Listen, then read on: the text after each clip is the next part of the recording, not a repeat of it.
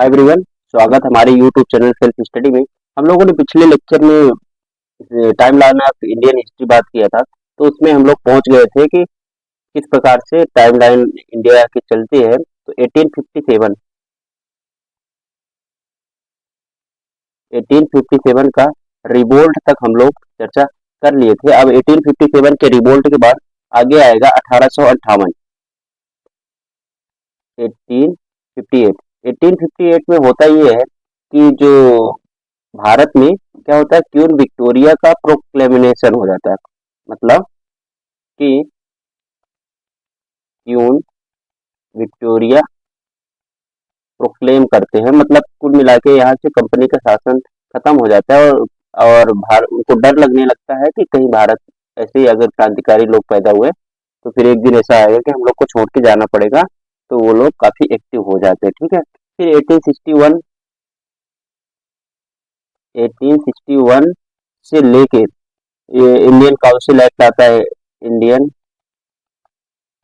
Council act आता है 1861 में। ठीक है, फिर उसमें होता ये क्या है कि ये इंडियन सिविल सर्विस एक्ट भी उसी समय आता है।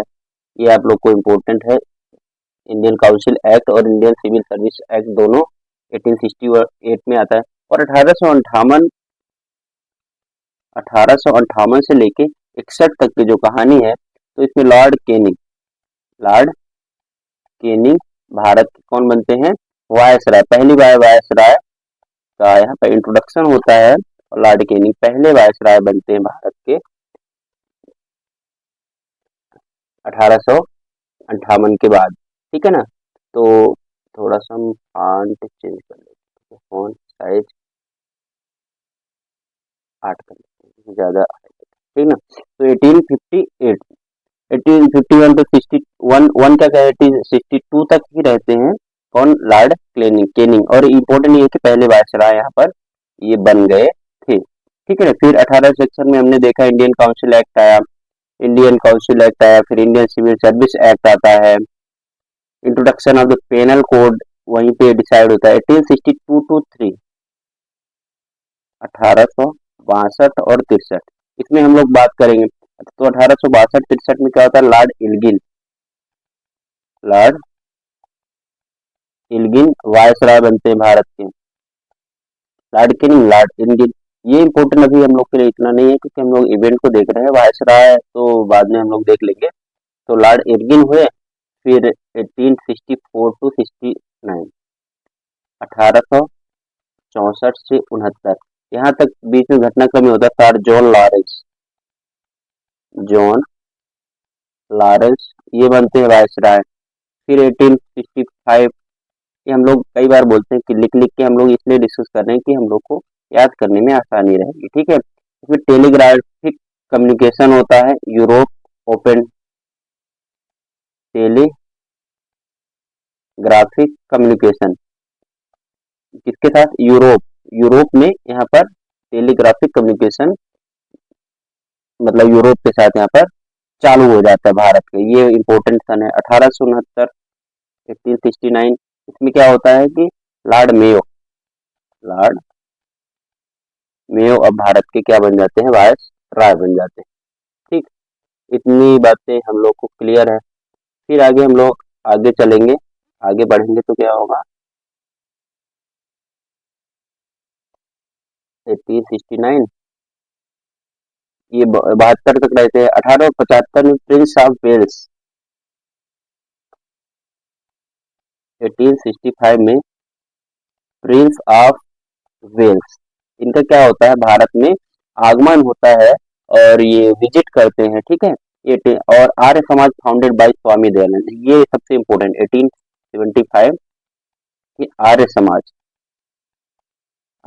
का फाउंडेशन होता है। कौन फाउंडेशन करता है?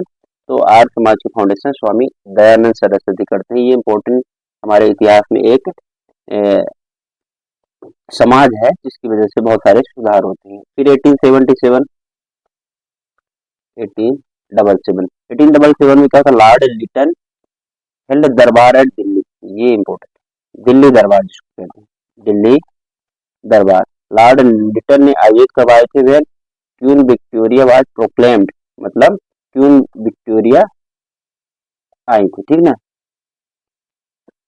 और इम्प्रेस हुई थी भारत के इस स्वागत से। होंगे ही भाई, किसी का स्वागत करोगे तो निश्चित रूप से होना ही होना है, ठीक है। फिर 1878 इसमें vernacular press act, vernacular press act, ये बहुत सारे अखबार चलाने लगे थे ईश्वर चंद्र विद्यासागर लोग, बाल गंगाधर, संविधानंद लोग, तो इसकी वजह से वर्नाकुलर प्रेस एक्ट लाना पड़ा और प्रेस में बहुत सारी बैन लगाने लगे, प्रतिबंध करने लगे। 1878, 1879, 1879 सन हम इसलिए याद रखते हैं कि theosophical society, theosophical society of India, इसकी यहाँ पर स्थापना हो जाती है, ठीक है। कहाँ पे होती है? अडयार में होती है। अडयार कहाँ पे है? मद्रास है, जो कि चेन्नई आज का माना जाता है, ठीक है। फिर 1880,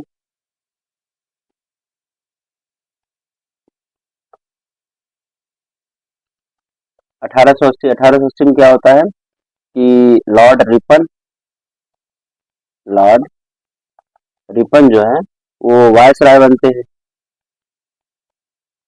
ये इम्पोर्टेंट है। फिर 1884 तक ये रहते हैं। 1881 में ये देखिए एक इम्पोर्टेंट है, 1881, यहाँ पर फैक्ट्री एक्ट आता है, किसके शासनकाल में आता है? लॉर्ड रिपन के ही वायसराय शासनकाल में होता है, ठीक ना। 1883, 1883 इंडियन नेशनल कॉन्फ्रेंस, ये इम्पोर्टेंट, इंडियन नेशनल कॉन्फ्रेंस। अब आप देख रहे होंगे कि ये कलकत्ता में होती है, आयोजित होती है। फिर उसके 2 साल बाद जस्ट इंडियन नेशनल कांग्रेस 1885 में फॉर्मेशन हो जाता है, एलन हेगेओ ह्यूम, ठीक है, के द्वारा। तो इस तरह से फिर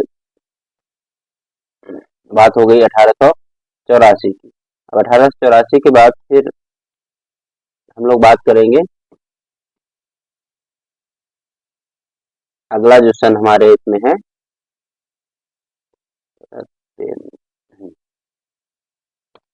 ठीक ना। तो अगला सन है हमारा 1883 और 84, 1883, 84। इसमें क्या होता है कि इल्बर्ट बिल कंट्रोवर्सी, ये इल्बर्ट साहब थे, इनका बिल था, उसकी कंट्रोवर्सी होती है, ठीक है। ये इसके बारे में इतिहास में हम लोग अच्छे से जानते हैं। 1884 टू 88, ये सन इम्पोर्टेंट है। क्रांतिकारी कदम, लॉर्ड डफरिन, लॉर्ड डफरिन क्या बनते हैं? भारत के वायसराय बनते हैं। इन्हीं के शासनकाल में बहुत सारी घटनाएं होती है जिनकी चर्चा हम आगे करेंगे, ठीक है।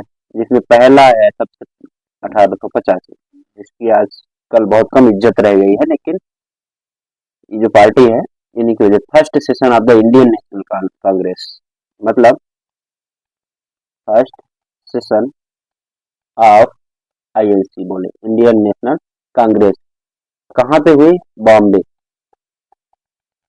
कभी कभी जगह भी पूछ लेता है तो गूगल तेजपाल संस्कृत विद्यालय है, वहाँ पे इसका वो, ठीक है, ये इंपॉर्टेंट नहीं। 1885 में इंडियन नेशनल कांग्रेस बनी, ये इंपॉर्टेंट, ठीक है।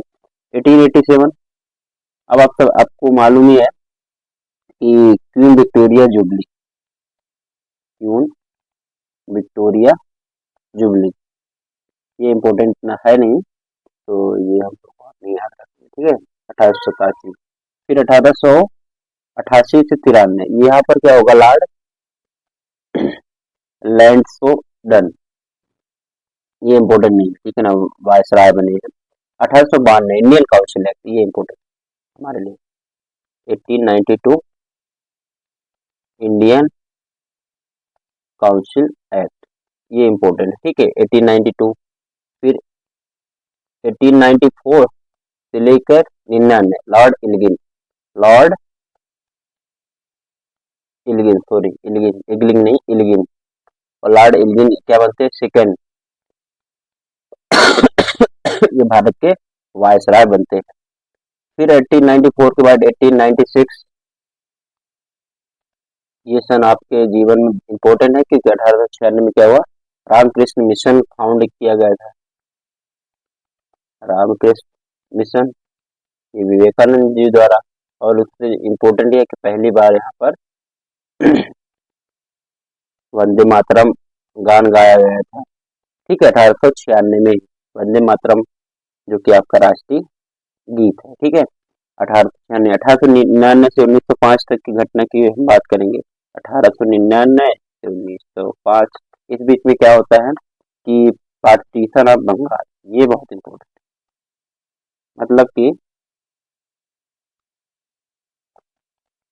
पार्टीशन ऑफ बंगाल ये लॉर्ड कर्जन के समय पे होते हैं, 1905 में मेनली होता है, पर इसको हम लोग पहले पढ़ते हैं। ठीक है, पार्टीशन ऑफ बंगाल होता है 1899 से 1905 तक की ये घटना पूरी तरह से होती है।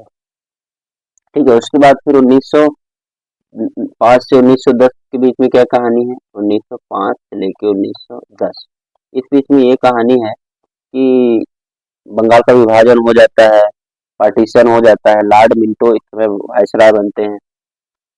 लॉर्ड मिंटो, लॉर्ड कर्जन के समय हुआ था, लेकिन ये लॉर्ड मिंटो फिर इसके बाद ये बनाए जाते हैं। और कहानी आपको पता है कि क्या होती है, बंगाल विभाजन 16 अक्टूबर की तारीख होती है। इस तरह जो कहानी हम लोग अब बाद में देखेंगे। 1906 मुस्लिम लीग फॉर्म, ये इम्पोर्टेंट है।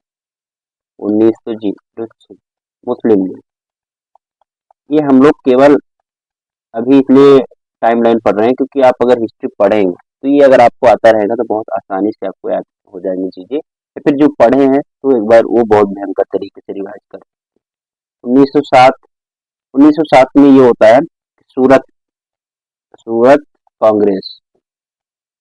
सूरत कांग्रेस क्या होता है, अधिवेशन होता है। इसमें क्या होता है, मॉडरेट और एक्सट्रीमिस्ट जो होते हैं, मतलब गरम दल और नरम दल, इनका कॉन्फ्लिक्ट हो जाता है, जिसकी वजह से कांग्रेस थोड़ा सा टूट जाती है। ठीक है ना, तो मतलब मॉडरेट और एक्सट्रीमिस्ट इन लोग का कॉन्फ्लिक्ट होता है। ठीक, फिर उसके बाद 1908, 1908 में news paper act, news paper act mainly आता है, ये इंपॉर्टेंट है हमारे लिए। ठीक है ना, तिलक, फिर आता है 1909, जहां से हिंदू मुस्लिम जो आज तक हम लोग लड़ते आ रहे हैं, तो मोहल्ले Minto Siddharth Morley Minto reform बोला जाता है, लेकिन वो रिफॉर्म नहीं था, वो सब बेकार था। जहाँ से पहली बार कम्युनियल कम्युनल मतलब हम लोग को अलग किया गया, हिंदू मुस्लिम का लड़ाई वहीं से शुरू कर दिया गया। ठीक है, यहीं से शुरू होता है 1909 लॉर्ड मिंटो द्वारा। 1909-10, अब 1910 से लेकर 16 तक कौन रहेगा, तो लॉर्ड हार्डिंगे इनका विशेष सेकंड वायसराय रहेंगे। इनका विशेष योगदान कुछ रहता नहीं है खास, तो हम लोग अब देख लेंगे।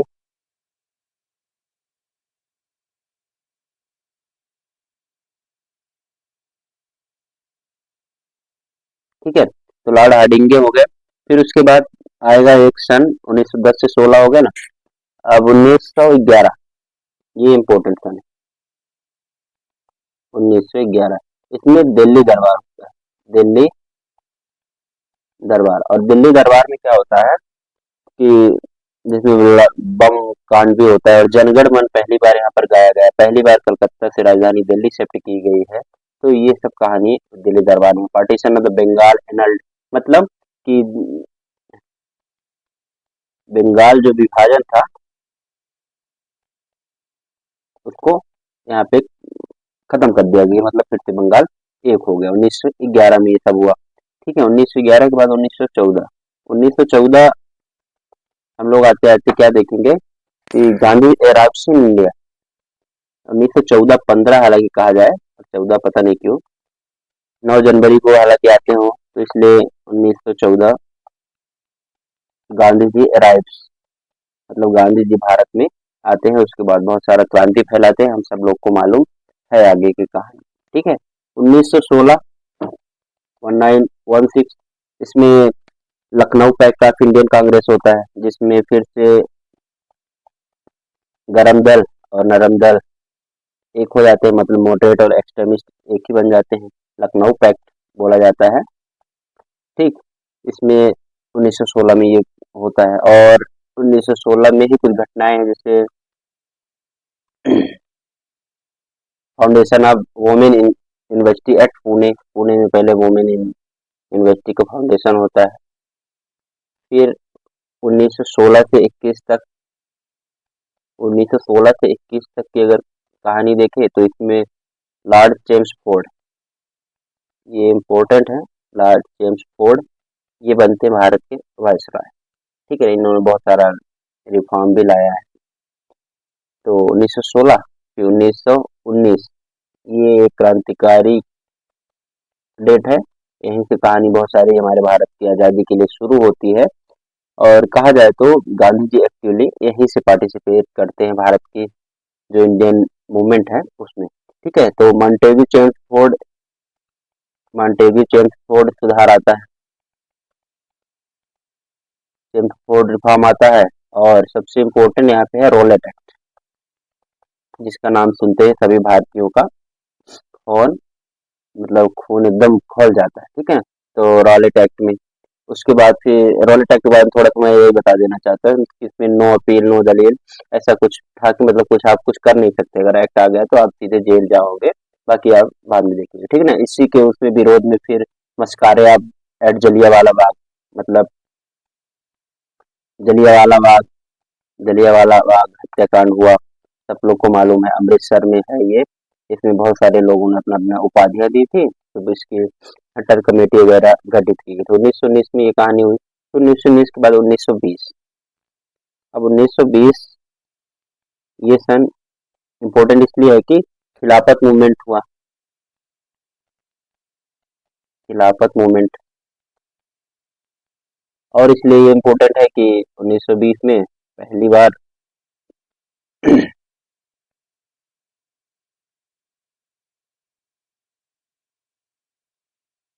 गांधी जी ने असहयोग आंदोलन शुरू किया था। हालांकि वो चौरा चौरी कांड में बड़ा कंफ्यूजन होता है भाई मुझे, चौरा चौरी में चौरी चौरा है कि चौरा चौरी, पर ये है। असहयोग आंदोलन के बारे में हम लोग बात करें तो 1920 में ये शुरू होता है, गांधी जी चालू करते हैं, फिर 1922 में ये खत्म कर लेते हैं। बहुत लोगों ने ये भी बोला था कि शायद गांधी जी वो मूवमेंट खत्म नहीं करते तो उसी समय आज़ादी हो जाती, लेकिन ऐसा कोई जरूरी नहीं है। फिर 1921, अभी हम लोग टाइम लाइन की चर्चा कर रहे हैं इसलिए बहुत ज़्यादा डिस्कस नहीं करेंगे। मोपला रिबेलियन, मोपला रिबेलियन जिसको मोपला विद्रोह कहा जाता है, ये शुरू होता था, हुआ। ठीक है ना, फिर लॉर्ड रीडिंग वायसराय बनते हैं 1921 से 26 तक, 1921 से 26 तक लॉर्ड रीडिंग ये वायसराय रहते हैं।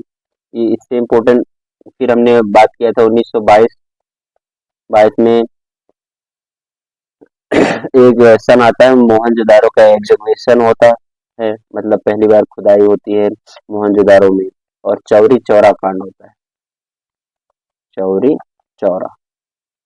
ठीक है ना, उसमें थाने में पुलिस वालों को जला दिया गया था, ऐसा कुछ मामला हुआ था जो आप सब लोगों को मालूम है। फिर 1923, अब 1923 मतलब कि 1923 इससे हम लोग को याद आना चाहिए स्वराज,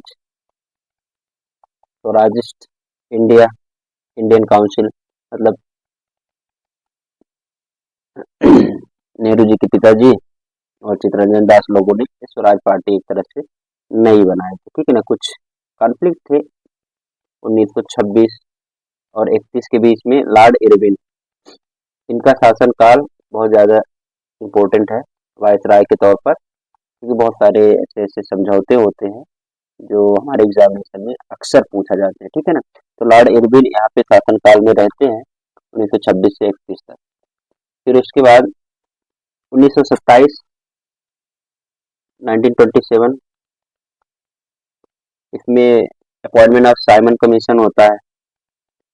साइमन कमीशन एक चीज, साइमन कमीशन, इसको ध्यान ये रखना कि साइमन कमीशन जो फॉर्मेशन होता है तो 1927 में होता है, लेकिन इंडिया में है 1928 में आता है, इसलिए ये जरूरी है। ठीक है ना, और 1928 में जब साइमन कमीशन भारत आता है तो इसके विरोध में ही लाला लाजपत राय की हत्या कर दी जाती है लाठी मार के, उनका बहुत बड़ा एक लाइन है, वो पता नहीं क्या मेरे सिर पे वार की गई ताबूत, तीन ताबूत पता नहीं क्या साबित होगी, वो आप देख लीजिएगा। तो फिर उसके बाद 1929 में भगत सिंह और बटुकेश्वर दत्त ये क्रांतिकारी थे। इन्होंने असेंबली हाल में बम फोड़ा था, और इनका उद्देश्य ये नहीं था कि मतलब बम फोड़ना, केवल ये अपनी आवाज उठाना चाहते थे ये। और क्या हुआ, 1929 में ही दिसंबर में कांग्रेस का जो अधिवेशन होता है, तो उनने पूर्ण स्वराज की मांग कर दी।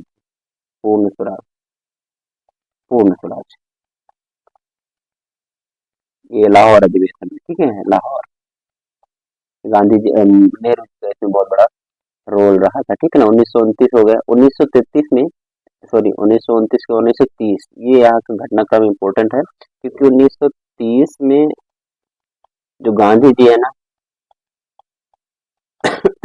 सिविल डिसोबीडियंट मूवमेंट चलाया था, असहयोग आंदोलन चला दिया था कि हम लोग सहयोग नहीं करेंगे।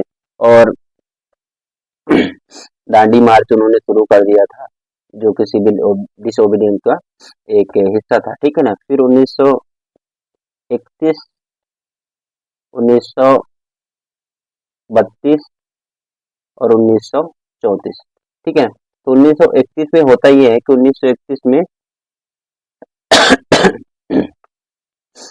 राउंड टेबल कॉन्फ्रेंस हुआ करता है, मतलब गोलमेज सम्मेलन 1931 में पहली बार होता है, ठीक है। फिर 1931 1931 में राउंड टेबल 30 में होता है, नहीं, 1931 में राउंड टेबल कॉन्फ्रेंस। 32 में फिर होता है आपका कि गांधी इरविन पैक्ट 1931 में होता है राउंड टेबल कॉन्फ्रेंस। 1932 में थर्ड राउंड टेबल कॉन्फ्रेंस होता है। दूसरे वाले में गांधी जी ने भाग लिया था, जिसमें मतलब गांधी इरविन समझौता कहा जाता है इसको, 1931 में, ठीक है। 1930 में पहला बार हुआ था फर्स्ट राउंड टेबल कॉन्फ्रेंस, 30 में, 31 में सेकंड, और 32 में थर्ड राउंड टेबल कॉन्फ्रेंस हुआ था। 1932 में है कम्युनल अवार्ड देना शुरू हो गए थे वहां से, क्योंकि अम्बेडकर जी अलग थोड़ा सा मांग कर रहे थे, तो वहां से धीरे धीरे मतलब वंचित वर्ग के लिए, शोषित वर्ग के लिए अम्बेडकर जी ने वहां से काम करना शुरू किया, ठीक है। 1934 की अगर बात करें तो सिविल डिसओबीडियंट मूवमेंट, जो असहयोग आंदोलन, वहां पे खत्म कर दिया गया, मतलब खत्म हो गया, ठीक है ना। फिर 1936 से 44 तक, 1936-44 तक लॉर्ड लिनलिथ गो बने हैं, भारत के वायसराय बने हैं। और फिर आगे हम लोग बात करेंगे 1937 सन की, खास बीच में 1937, 1937 में inauguration of provincial autonomy, Congress minister from the 7 out of 11 province, मतलब 11 में से 7 जगह कांग्रेस की जीत होती है, ये चुनाव होता है, ठीक है ना। फिर 1938, यहाँ पे थोड़ा घटनाक्रम 2-3 है जो ये आपके एग्जामिनेशन के लिए इम्पोर्टेंट है। हरिपुरा, हरिपुरा सेशन होता है किसका, कांग्रेस का, कांग्रेस का, ठीक। हरिपुरा गुजरात में, ठीक है ना। 1938, 1938 के बाद 1939, ये है second world war begin, second world war शुरू होता है। हम सब लोग को मालूम है, एक इतिहास का एक बहुत बड़ा घटनाक्रम है, ठीक है, ये इम्पोर्टेंट है। 1940, 1940 में पाकिस्तान ने क्या किया, अपना रेजोल्यूशन दे दिया, मतलब प्रस्ताव दे दिया था कि हमको भाई अपना एक अलग देश बनाना है। तो 1940 में पाकिस्तान रेजोल्यूशन पास बाय मुस्लिम लीग, ठीक है ना। 1940 हो गया। फिर 1942 की घटनाक्रम है। 1942 में हम सबको मालूम है क्रिप्स मिशन भारत आता है, ठीक है ना। कांग्रेस रिजेक्ट क्रिप्स मिशन, मतलब कांग्रेस ने इसको रिजेक्ट कर देते हैं, ठीक। क्विट इंडिया मूवमेंट 1942 में होता है, भारत छोड़ो आंदोलन, जिसमें कांग्रेस की मतलब रेजुलेशन से पास होता है, ठीक है ना। फिर 1944,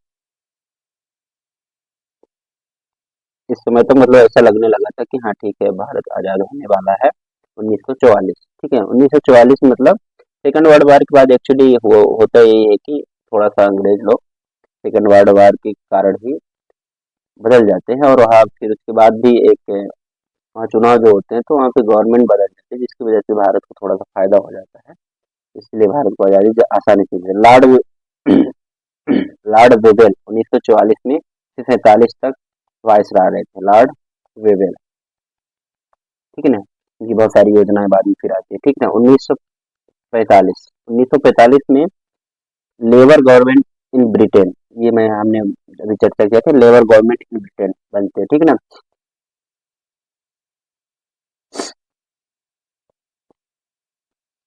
तो जिसकी वजह से भारत में थोड़ा फायदा होता है और गवर्नमेंट भारत के पक्ष की ओर रहती है। ठीक है, 1946 इसमें लेबर गवर्नमेंट इन ब्रिटेन। ठीक है, 1946 में क्या है, कैबिनेट मिशन भारत आता है। कैबिनेट मिशन,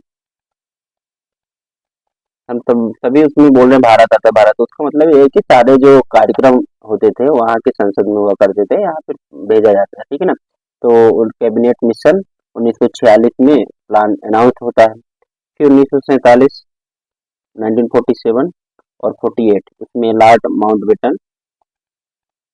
माउंटबेटन, पता नहीं क्यों लॉर्ड माउंटबेटन का नाम सुनते ही एक अलग सा ही प्रेम जग जाता है, क्योंकि भाई यहीं से फिर अब कोई लॉर्ड और नहीं आएंगे, इसलिए 1947 में लॉर्ड माउंटबेटन यहाँ के भारत के वायसराय बनते। ठीक है, फिर आता है सन 1947, तो मैं बड़े अक्षरों में लिखूंगा कि 1947 में announcement of Lord Mountbatten plan for partition of India, मतलब भारत के लिए थोड़ी दुख की बात भी है, पर ठीक है, पार्टीशन होता है, भारत और पाकिस्तान को अनाउंस कर दिया जाता है। इंडियन इंडिपेंडेंस एक्ट जुलाई में पास होता है, इंडियन इंडिपेंडेंस एक्ट, जो जाके फिर 15 अगस्त 1947 को हमारा देश आज़ाद होता है, हम सब लोगों को बहुत अच्छे से मालूम होता है। ठीक है ना, और मिडनाइट में मतलब एक दिन पहले पाकिस्तान बनता है। ठीक है, 1947 से तो हमारा देश आज़ाद हो चुका था, और हम लोग और पाकिस्तान भी आज़ाद हो चुका था। तो आज हम लोग यही रुकते हैं अभी थोड़ा सा कि 1947 हो गए। अगला जो हमारा वीडियो होगा उसमें 1947 के बाद पोस्ट इंडिपेंडेंस जो जितनी भी सारी घटनाएं हम लोग एक क्रम से एक सीरियल वो कर लेंगे, क्योंकि इससे होगा ये कि आपके दिमाग में एक थोड़ा थोड़ा क्लियरिटी रहेगी, और जो आप इंडियन हिस्ट्री पढ़ेंगे तो आपको पढ़ने में आसानी रहेगी और समझने में आसानी रहेगी, और जो पढ़ चुके हैं लोग तो उनको रिवाइज करने में आसानी रहेगी। तो आप देखते रहिए हमारे यूट्यूब चैनल सेल्फ स्टडी को। मिलते हैं अगले वीडियो में। धन्यवाद। जय हिंद।